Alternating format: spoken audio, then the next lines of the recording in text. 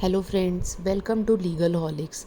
आज हम बात करेंगे ट्रांसफ़र ऑफ प्रॉपर्टी एक्ट 1882 में कुछ सिंपल सी टर्मिनोलॉजी की, जिसका मतलब बहुत ही ज़्यादा महत्व है ट्रांसफ़र ऑफ प्रॉपर्टी एक्ट में, और we can say TPA act.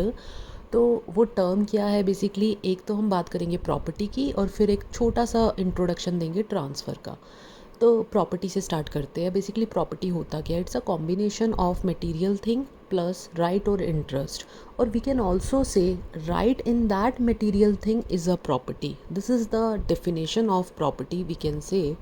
And what that material thing includes, material things में हमारा movable और immovable दोनों include होता है। फिर right और interest में हमारा absolute right और लिमिटेड राइट या इंटरेस्ट ये इंक्लूड होता है।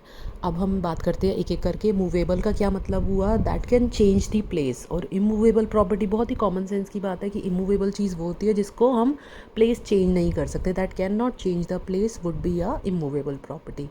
फिर एब्सोल्यूट राइट और लिमिटेड राइट क्या होता है? अगर किसी भी चीज़ पे हमारी ऑनरशिप है, basically ownership is a absolute right, लेकिन अगर हमें कोई फ्यू राइट्स दिए हुए हैं, जैसे just like right to possession, enjoyment, destroy, alienation, bailment, pledge, जो कुछ राइट दिए जाते हैं उसे हम लिमिटेड राइट या लिमिटेड इंटरेस्ट कहते हैं। और जो ऑल दी राइट्स मिलते हैं, एब्सोल्यूट मिलते हैं, जैसे जस्ट लाइक सेल का, गिफ्ट का, एक्सचेंज के केस में क्या होता है, आपके पास ऑनरशिप है तभी आप सेल गिफ्ट एक्सचेंज कर सकते हैं। अब एक समझ लेते हैं कि मूवेबल और इमूवेबल की क्या डेफिनेशन होती है। अगर हम कहें कि डायरेक्टली और indirectly fastened with earth, any material thing which is fastened with earth directly or maybe indirectly, that would be a immovable, for example tree. Or if we have clear intention to remove it or parties agreed to remove it, that would be a movable that property. तो immovable और movable का भी introduction हो गया। अब movable में just example के तौर पे ग्रास, फ्रूट, क्रॉप्स एट्सेट्रा। अब हम कुछ दो तीन केसेस डिस्कस करते हैं जो हमारा प्रॉपर्टी के ऊपर बेस्ड है। प्रॉपर्टी की डेफिनेशन को लेके पहला केस का नाम है बंसी गोपाल वर्सेस वी के बनर्जी। इस केस में अगर हम मेजर फैक्ट्स डिस्कस करें इस केस के, तो पहली चीज़ है कि जो टीपीए है इसमें प्रॉपर्टी वर्ड डिफाइंड नहीं है। इस केस, अगर आप इस केस को कहीं रेफ़र करना चाहते हैं तो आप ये साफ साफ लिख सकते हैं कि the word property is not defined in TPA. दूसरी चीज़ क्या कहता है ये, जबकि प्रॉपर्टी हमारा जो टर्म है वो वाइडेस्ट सेंस में यूज़ होता है, no doubt about it, but still it is not defined in TPA. And एक चीज़ और इस केस में ये थी कि actionable claim is also part of property. तो एक्शनेबल क्लेम जो है वो इंक्लूडेड होते हैं प्रॉपर्टी की टर्म में। और प्रॉपर्टी का ड्यूल मीनिंग होता है, ये वाला वर्ड आप कई बार आगे आने वाले केसेस में भी सुनेंगे। ड्यूल मीनिंग का क्या मतलब हुआ? ड्यूल मीनिंग में मटेरियल थिंग प्लस राइट और इंटरेस्ट, इसके लिए ड्यूल मीनिंग वर्ड यूज़ किया जाता है। और फिर हम बात करते हैं कि ट्रांसफ़र क्या होता है। ट्रांसफ़र होता है creation of interest in material thing.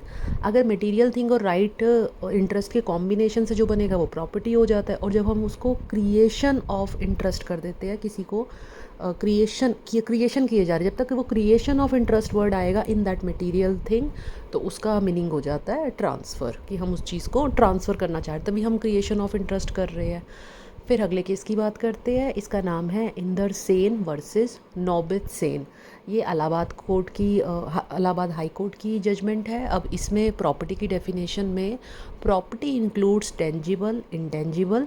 Tangible intangible आपको पता ही होगा, जिनको हम छू सकते हैं वो टेंजिबल होते हैं, जिनको हम अपने हाथ से छू नहीं सकते, देख नहीं सकते, वो हमारे इंटेंजिबल प्रॉपर्टी होती है। और फिर एब्सोल्यूट और लिमिटेड, मैंने ऑलरेडी आपको बता दिया कि एब्सोल्यूट और लिमिटेड इंटरेस्ट क्या होते हैं। तो ये प्रॉपर्टी की डेफिनेशन इस केस में बात हुई। फिर अगला केस आता है Jugal Kishore versus raw cotton mills limited. ये सुप्रीम कोर्ट की जजमेंट है, जस्टिस PN भगवती। इस केस में दो बातें कही गई थी। पहली चीज़ वही ड्यूल सेंस की, ड्यूल मीनिंग जो हमने बात करी, प्रॉपर्टी का ड्यूल मीनिंग है।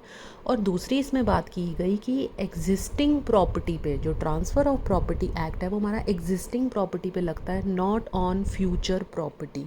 इस चीज़ का अच्छे से ख्याल रखिएगा कि जो TPA है, ट्रांसफ़र ऑफ प्रॉपर्टी एक्ट 1882 है, वो हमारा एग्जिस्टिंग, जो प्रॉपर्टी एग्जिस्ट करनी चाहिए, जो प्रॉपर्टी एग्जिस्ट नहीं करती, फ्यूचर में मैं वो प्रॉपर्टी ख़रीदूँगा, उसको आप ट्रांसफ़र नहीं कर सकते, सेल नहीं कर सकते। तो टीपीए हमारा एग्जिस्टिंग प्रॉपर्टी पे डील करता है, नॉट ऑन फ्यूचर प्रॉपर्टीज़। ये हुआ आज का basic introductory video on TPA Act 1882, and I hope you are getting the concept, liking my videos. If you are liking it, do subscribe my channel, do share with your friends, like and comment. If you have any query, I will definitely revert back. Thanks for watching.